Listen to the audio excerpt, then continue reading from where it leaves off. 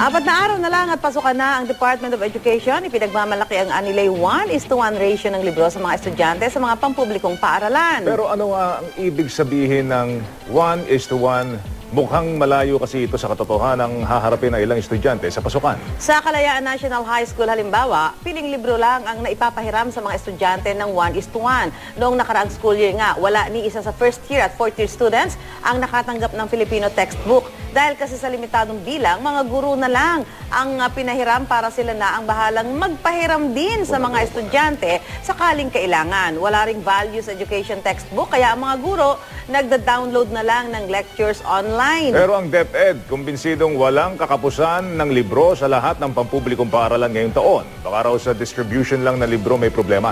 Ang Teachers with Dignity o with Dignity Coalition, tuda naman dito. Marami pa rin daw kasing mga estudyante ang naghihiraman ng libro. Ito ang sabi nila.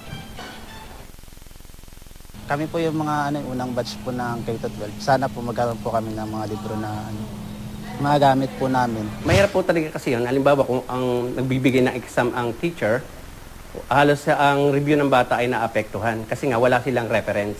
Yung distribution ng baka naging problema eh. Titignan natin. Anyway, sigurado kami may mas stock kami dyan. Kasi for every procurement namin, laging may buffer yan. Ang nangyayari lang doon sa distribution.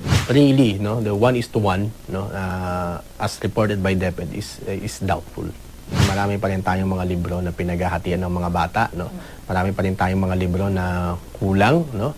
Mga libro na medyo sira na talaga.